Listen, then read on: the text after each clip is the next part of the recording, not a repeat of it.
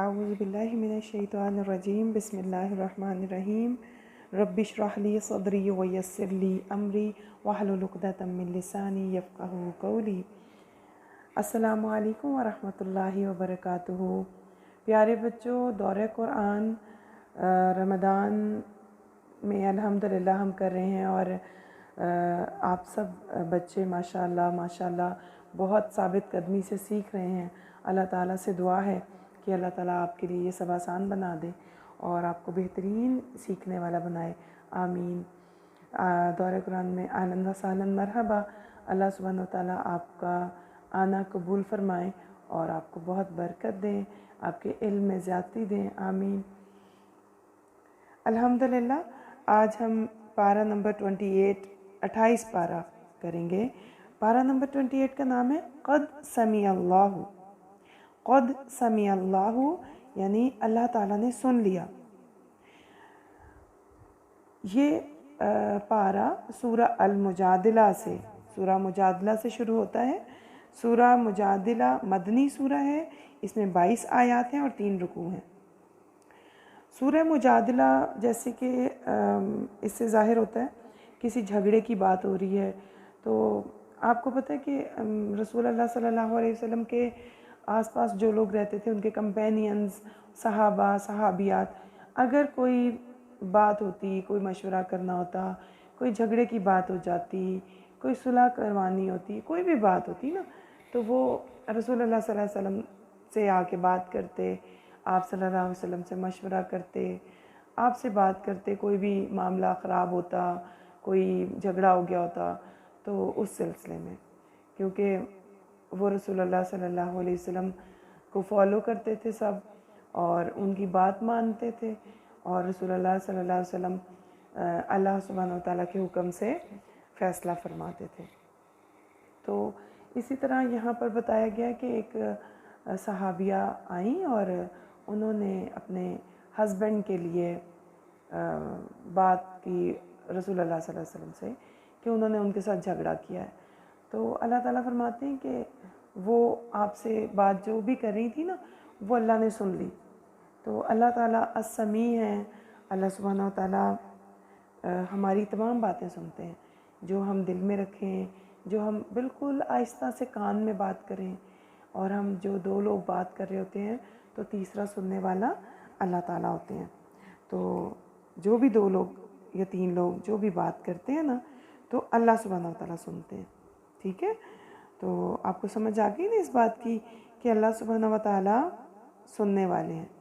اب یہ صورت جو ہے نا، یہ صورت بتاتی ہے کہ جو ہم سرگوشیاں کرتے ہیں نا، کانوں میں بات کرتے ہیں، تو اس کے بارے میں کیا احکامات ہیں۔ اللہ تعالیٰ فرماتے ہیں کہ یہ بات نا ایک مجلس کے یا ایک جو بھی میٹنگ ہو رہی ہوتی ہے، جہاں کچھ لوگ بیٹھے باتیں کر رہے ہوتے ہیں، یہ اس کے آداب کے خلاف ہے کہ جب 3 لوگ بیٹھے ہوں تو 2 آپس میں بات کریں کان میں، یا پوری مجلس ہو رہی ہو، سب لوگ فیملی گیدرنگ ہے یا کوئی اور گیدرنگ ہے، اس میں 2 لوگ آپس میں کانوں میں بات کریں، تو اللہ تعالیٰ اس کو پسند نہیں کرتے، اللہ کو یہ پسند نہیں۔ اللہ تعالیٰ فرماتے ہیں کہ یہ یہود کی عادت تھی، یہودیوں کی عادت تھی کہ رسول اللہ صلی اللہ علیہ وسلم کی جب مجلس ہوتی تھی نا، تو وہاں پہ اسی طرح جیسے آپ کی کلاس ہوتی ہے، ایسی کلاس ہو رہی ہوتی تھی، تو آپ صلی اللہ علیہ وسلم قرآن پاک سب کو سنا رہے ہوتے تھے، تلاوت کر رہے ہوتے تھے یا ان کو تعلیم دے رہے ہوتے تھے، تو وہ لوگ نا آپس میں کان میں باتیں کرتے تھے، تو اللہ تعالیٰ نے اس کو پسند نہیں کیا۔ اللہ تعالیٰ نے کہا یہ بیڈ مینرز ہیں۔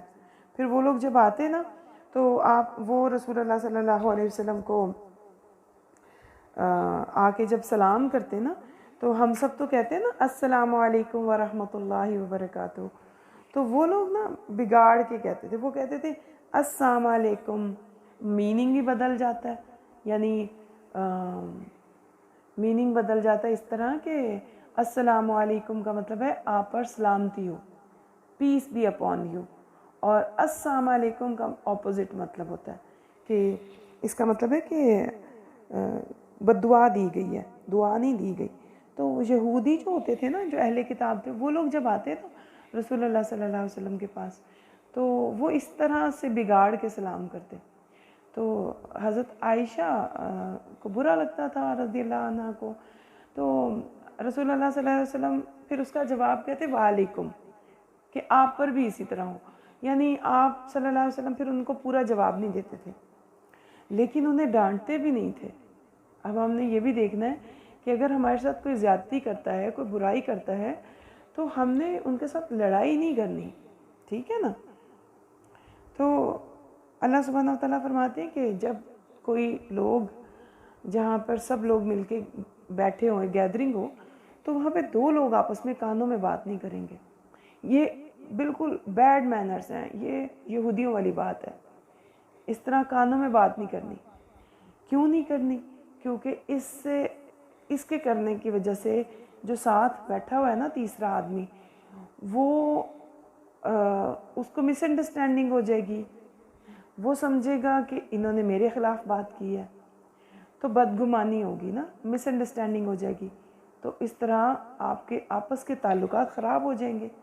اللہ تعالیٰ نے اسی لیے اس کو منع کیا. تو اللہ سبحانہ تعالیٰ نے فرمایا کہ جو برائی کی بات ہوتی ہے، غیبت اور کوئی بھی ایسی بات جو دوسرے کو بری لگ رہی ہو، کانوں میں بات نہیں کرنی. ہاں سرگوشی کر سکتے ہیں، آہستہ آواز میں بات کر سکتے ہیں ایک دوسرے سے، اگر وہ نیکی کا کام ہے، کوئی تقویٰ کا کام ہے تب. تو اس صورت میں نا آداب بتائے گئے ہیں، اجتماعی آداب. اللہ تعالیٰ فرماتے ہیں کہ جو سرگوشی کرنا ہے نا، کانوں میں باتیں کرنا، وہ شیطان کی طرف سے ہے. اور مومن کو چاہیے کہ وہ اللہ پہ بھروسہ کریں، اور جو لوگ ایمان لائے ہیں ان کو جب مجالس میں، یعنی جب سب اکٹھے بیٹھے ہو نا، تو انہیں کہا جائے نا کہ دوسروں کے لیے جگہ بنا دو، تھوڑی جگہ کھلی کر دو، تھوڑی سی سیٹ پہ جگہ دے دو. تو ان کو چاہیے کہ کشادگی پیدا کریں، جگہ دے دیں. تھوڑے کھلے ہو کے بیٹھے ہوئے نا، تو تھوڑے سے شرنک ہو کے دوسروں کے جو آنے والے ہیں نا ان کے لیے بھی جگہ بنا دیں. اس سے پتہ کیا ہوتا ہے؟ اللہ تعالیٰ آپ کے لیے بہت برکت دیتے ہیں، اللہ تعالیٰ آپ کے لیے کشادگی دیتے ہیں. تو ہم جب مسجد جاتے ہیں، آپ کو پتہ ہے نا، جب ہم جمعہ نماز کے لیے، تراویح کے لیے یا نماز پڑھنے کے لیے مسجد جاتے ہیں، تو کئی بار جمعے کے دن پہ زیادہ تر بہت رش ہوتا ہے. تو اس دن ہمیں دیکھنا چاہیے کہ اگر کوئی آیا ہے نا، تو ہم دوسروں کے لیے جگہ بنائیں وہاں صف میں، ٹھیک ہے. تو اللہ تعالیٰ کو یہ بہت پسند ہے یہ عمل. اللہ تعالیٰ فرماتے ہیں کہ جو لوگ جو ایمان لائے ہیں، جن کو علم دیا گیا ہے، ان کے درجات بہت بلند ہو جائیں گے. تو آپ قرآن پاک سیکھ رہے ہیں نا، قرآن پاک پڑھنے والوں کا، قرآن پاک کا علم حاصل کرنے والوں کے درجات بلند ہو جائیں گے. اللہ تعالیٰ فرماتے ہیں جو بھی آپ کرتے ہیں نا، اللہ اس سے پوری طرح واقف ہے. اللہ سبحانہ و تعالیٰ نے یہاں پر ہمیں آداب سکھائے ہیں کہ جو بھی انسان جیسے مسجد میں بیٹھا ہوتا ہے نا، جو جہاں پہلے آ کے بیٹھا ہے وہ جگہ اس کا حق ہے. یعنی اس کو وہاں سے اٹھنے کو کوئی نہیں کہے گا کہ آپ یہاں سے اٹھ جاؤ، میں نے بیٹھنا ہے، چاہے وہ کوئی بچہ ہے یا بڑا ہے. لیکن ہمارا فرض بنتا ہے کہ ہمارا کوئی مسلمان بھائی کوئی بھی آگے ہے نا تو نماز پڑھنے، ہمیں چاہیے کہ ہم ان کے لیے جگہ بنائیں، ٹھیک ہے. اب اس صورت میں نا اللہ تعالیٰ نے منافقین کا بھی تذکرہ کیا ہے. اللہ تعالیٰ فرماتے ہیں کہ جو یہود سے دوستی بھی رکھتے تھے اور اپنے مومن ہونے پر بھی قسمیں کھاتے تھے اور بڑے بڑے دعوے کرتے تھے، اللہ تعالیٰ نے انہیں حزب الشیطان کہا ہے. اللہ تعالیٰ نے فرمایا کہ وہ شیطان کی جماعت ہے. یعنی دو رخے ہیں نا، سامنے کچھ اور ہوتے ہیں، مسلمانوں کے درمیان بیٹھتے ہیں تو کہتے ہیں کہ ہم آپ کے ساتھ ہیں، اور یہود کے ساتھ جب جا کے بیٹھتے ہیں تو کہتے ہیں ہم آپ کے ساتھ ہیں. تو اللہ تعالیٰ نے فرمایا کہ جو اللہ تعالیٰ کو چھوڑ کر، رسول صلی اللہ علیہ وسلم کو چھوڑ کر اور مومنوں کو چھوڑ کر ایسے لوگوں سے دوستی رکھتے ہیں نا، تو وہ اچھے لوگ نہیں ہوتے. اللہ تعالیٰ فرماتے ہیں کہ جن سے اللہ کی دوستی نہیں ہے، جن سے رسول اللہ صلی اللہ علیہ وسلم کی دوستی نہیں ہے، تو ان سے ہمیں بھی دوستی رکھنے کی ضرورت نہیں ہے. اللہ تعالیٰ فرماتے ہیں کہ اللہ نے آپ کو اتنی نعمتیں دی ہیں. اللہ سبحانہ و تعالیٰ نے ہر انسان کو ایمان دیا جو مومن ہو گئے، اور اللہ سبحانہ و تعالیٰ نے جن کے دلوں کے لیے ایمان لکھا، جن کی روح کو قوت دی، اللہ تعالیٰ فرماتے ہیں کہ جو ایمان والے متقی لوگ ہیں ان کو اللہ باغوں میں داخل کریں گے، جنتوں میں، جن کے نیچے سے نہریں بہتی ہوں گی۔ اللہ ان سے راضی ہو گیا، وہ اللہ سے راضی ہو گئے، رضی اللہ عنہم ورضوا عنہ۔ اللہ تعالیٰ کہتے ہیں یہ ہے حزب اللہ تعالیٰ کا گروہ۔ ہم نے پڑھا نا کہ ایک شیطان کا گروہ ہے، وہ منافقین جو یہودیوں سے جا کے دوستی رکھتے ہیں اور مومنوں سے بھی کہتے ہیں کہ ہم آپ کے ساتھ ہیں، دو ڈبل فیس لوگ، دو چہروں والے لوگ۔ اور جو مومن ہوتے ہیں، خالص مومن متقی لوگ، وہ اللہ کا گروہ ہے، جو اللہ کی خاطر اپنی زندگی گزارتے ہیں اور جو اللہ کی اطاعت کرتے ہیں، رسول اللہ صلی اللہ علیہ وسلم کی اطاعت کرتے ہیں، اللہ کی رضا کے کام کرتے ہیں۔ اللہ تعالیٰ فرماتے ہیں کہ یہی لوگ ہیں کہ جو مفلحون میں سے ہوں گے، جو فلاح پانے والوں میں سے۔ آپ کو ہوتا ہے فلاح کا مطلب کیا ہوتا ہے؟ کامیابی، جو کامیاب ہونے والے ہوں۔ تو مومن کامیاب ہو گئے، مومن وہ کامیاب ہوں گے جو اللہ کی رضا پا لیں گے، اور اللہ کی رضا پانے والے جنت میں چلے جائیں گے، الحمدللہ۔ سورہ ہماری مجادلہ کمپلیٹ ہوئی۔ اب ہم دیکھتے ہیں سورہ الحشر کو۔ سورہ حشر مدنی سورت ہے اور اس میں 24 آیات ہیں اور 3 رکوع ہیں۔ اس میں شروع میں نا، اس سورت میں اللہ تعالیٰ نے بتایا کہ کائنات کی ہر چیز اللہ تعالیٰ کی تسبیح بیان کرتی ہے، اللہ کی حمد و ثنا کرتی ہے، اللہ کی وحدانیت یعنی اللہ کے ایک ہونے کو مانتی ہے۔ اور پھر اس صورت میں جو قدرت کی آثار ہیں، یعنی اللہ سبحانہ و تعالیٰ نے کیا کیا بنایا، کیا کیا تخلیق کیا، سب کے بارے میں بتایا۔ اللہ تعالیٰ فرماتے ہیں پھر کہ جو یہود اہل کتاب جو تھے نا، وہ ایک لمبے عرصے سے یثرب میں رہتے تھے اور انہوں نے اپنے لیے بہت بڑے بڑے اور مضبوط قسم کے قلعے بنائے ہوئے تھے۔ اب ان قلعوں میں وہ لوگ رہتے تھے اور ساری تجارت، معاشی وسائل ان کے قبضے میں تھے، اور یثرب میں رہنے والوں کو انہوں نے سودی قرضوں میں جکڑا ہوا تھا، اور ان کا خیال تھا کہ ہمیں یہاں سے کوئی نہیں نکال سکتا۔ اور ان کے اپنے جو اعمال تھے نا، برے اعمال، ان کی وجہ سے اللہ تعالیٰ کو ان کے اوپر عذاب آیا۔ اور سورہ حشر کا نام، حشر کا مطلب ہوتا ہے کہ اخراج، یعنی نکلنا۔ تو اللہ سبحانہ و تعالیٰ نے نا ان کے اوپر جلا وطنی یعنی وطن سے انہیں نکال دیا، مدینہ منورہ سے نکال کر شام کی طرف دھکیل دیا، ان کے اپنے ان کاموں کی وجہ سے، کیونکہ جو وہ اللہ کی مخالفت کرتے تھے، اللہ تعالیٰ کی اور رسول اللہ صلی اللہ علیہ وسلم کی مخالفت کرتے تھے، تو اللہ سبحانہ و تعالیٰ نے جو نافرمان لوگ ہوتے ہیں نا، ان کو دنیا میں بھی رسوا کر دیتے ہیں اور آخرت میں بھی۔ تو اللہ سبحانہ و تعالیٰ فرماتے ہیں کہ اللہ تعالیٰ نے ان لوگوں کو کہ جو اللہ سے اور رسول اللہ صلی اللہ علیہ وسلم سے جنگ کرتے تھے، یعنی وہ اللہ کی نافرمانی کرتے، رسول اللہ صلی اللہ علیہ وسلم کی نافرمانی کرتے، اللہ نے سود کو حرام قرار دیا تو وہ سودی کاروبار کرتے تھے، تو اللہ تعالیٰ نے ان کا کیا حشر کیا کہ یہود کو مدینہ منورہ سے نکال دیا، اور ان کی عہد شکنی اور ان کی جو انکار تھا، ان کا تکبر جو تھا اور ان کی جو سرکشی تھی، وہ کسی کام نہیں آئی۔ یہود کو قبیلہ بنو نذیر کو یعنی مدینہ منورہ سے نکال دیا گیا، تو بہت سا مال جو تھا، مال غنیمت، مسلمانوں کے قبضے میں آ گیا، اور جو مال غنیمت آ جاتا ہے نا ہاتھ، تو اللہ تعالیٰ نے پھر مال غنیمت کا کہا تھا نا کہ اس میں مجاہدین کا حصہ ہے، اس میں اللہ اور اس کے رسول کا حصہ ہے، اور وہ جو رسول کا حصہ ہوتا تھا تو وہ فقراء کو اور مساکین کو، حاجت مندوں، غریبوں میں، قرابت داروں میں تقسیم کر دیا جاتا تھا۔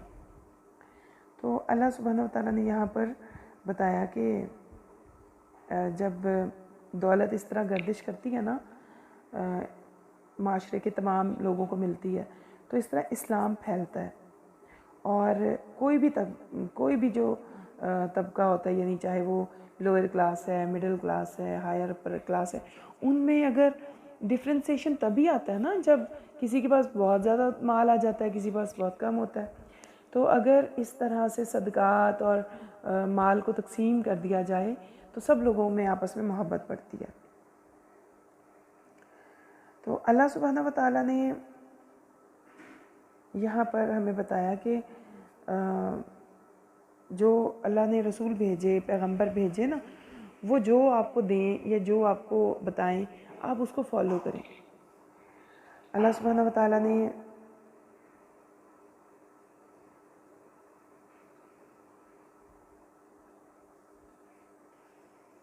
تو بچوں، اللہ سبحانہ وتعالیٰ نے یہاں پر ہمیں بتایا ہے کہ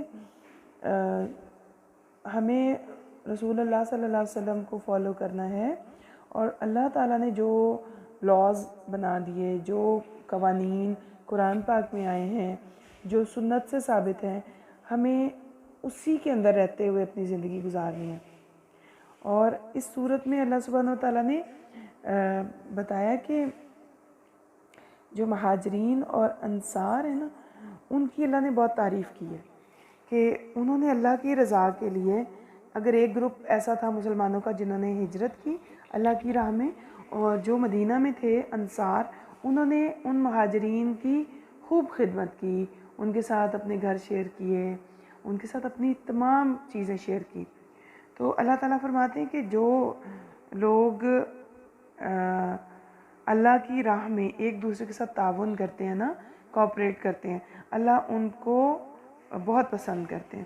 اور یہود جو تھے نا، انہوں نے ہر برے وقت میں وہ کہتے تو تھے کہ ہم آپ کا ساتھ دیں گے، لیکن وہ لوگ ڈبل فیس تھے، وہ لوگوں کو بھی برائی پہ اکساتے تھے، اور نہ تو خود ہی مان لاتے تھے، نہ دوسروں کو بتاتے تھے، اور حالانکہ ان کی کتاب میں اللہ تعالیٰ نے پہلے سے بتا دیا تھا کہ آخری نبی آئیں گے اور آخری کتاب آئے گی۔ تو اللہ تعالیٰ نے یہود اور منافقین کا انجام بتایا کہ اللہ انہیں آگ کے عذاب میں ڈالیں گے، اور اللہ تعالیٰ ظالموں کو ایسی سزا دیتے ہیں۔ سورہ حشر میں اللہ تعالیٰ نے ایمان والوں کو اللہ تعالیٰ سے ڈرنے کا، اللہ کا تقوی اختیار کرنے کا حکم دیا ہے کہ تم لوگ یہود و نصارہ کی طرح نہ ہو جانا، جنہوں نے اللہ کے حقوق کو بھلا دیا اور اپنی خواہشات میں لگ گئے۔ تو اہل ایمان جو ہوتے ہیں نا، وہ اللہ سبحانہ وتعالیٰ کے بتائے ہوئے رستے پہ چلتے ہیں۔ اللہ تعالیٰ فرماتے ہیں کہ یہ قرآن عظیم اتنا بڑا معجزہ ہے، اور اس کے اندر اتنی بار ایسے تذکرے آئے ہیں کہ اللہ کا تقوی اختیار ہر انسان جو پڑھ لے اس کو، وہ اللہ کا تقوی اختیار کرے۔ اور اگر یہ قرآن پاک کسی پہاڑ پر نازل ہو جاتا نا، تو وہ خوف کے مارے پھٹ جاتا، وہ جو پہاڑ ہے۔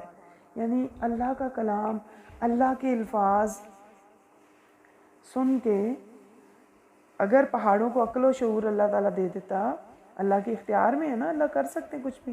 اللہ تعالیٰ اگر پہاڑوں کو عقل و شعور دیتا اور ان کے اوپر قرآن نازل کرتا نا، تو وہ ریزہ ریزہ ہو جاتے۔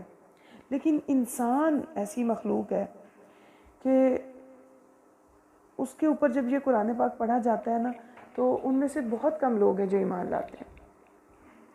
اللہ سبحانہ وتعالیٰ نے اس سورت کے اختتام پر الاسماء الحسنی کے بارے میں بات کی ہے کہ جتنی بھی چیزیں ہیں نا آسمانوں میں، زمین میں، سب اللہ تعالیٰ کی تسبیح بیان کرتی ہیں۔